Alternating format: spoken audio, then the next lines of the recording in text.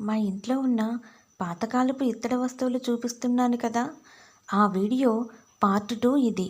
Part 1 ఇంకా ఎవరైనా చూడకపోతే దాని లింక్ ఇస్తాను, తప్పకుండా చూడండి. ఇది చూసారా? ఇది ఇత్తడి గిన్నె, కానీ బాగా నల్లబడిపోయింది. ఎంత తోమినా ఈ రంగులోనే ఉంది. మీకెవరికైనా ఇది తోమడానికి చిట్కా తెలిస్తే కామెంట్ సెక్షన్లో తప్పకుండా చెప్పండి.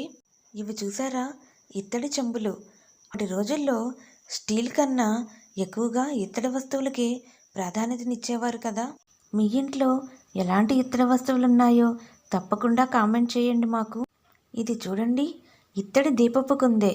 బాగుంది కదూ. ఈ పాత్రను ఏమంటారో నాకు కూడా తెలియదు. మీకు తెలిస్తే కామెంట్ సెక్షన్లో నాకు కూడా చెప్పండి. ఇవి చూసారా? ఒకే రకమైన గ్లాసులు, కవల పిల్లల్లా ఎంత ముద్దుగా ఉన్నాయో కదా. ఇత్తడి రాగి పాత్రలో నీటిని తాగితే ఆరోగ్యానికి కూడా చాలా మంచిది కదా. ఇవే ఫ్రెండ్స్, మా ఇంట్లో ఉన్న ఇత్తడి వస్తువులు.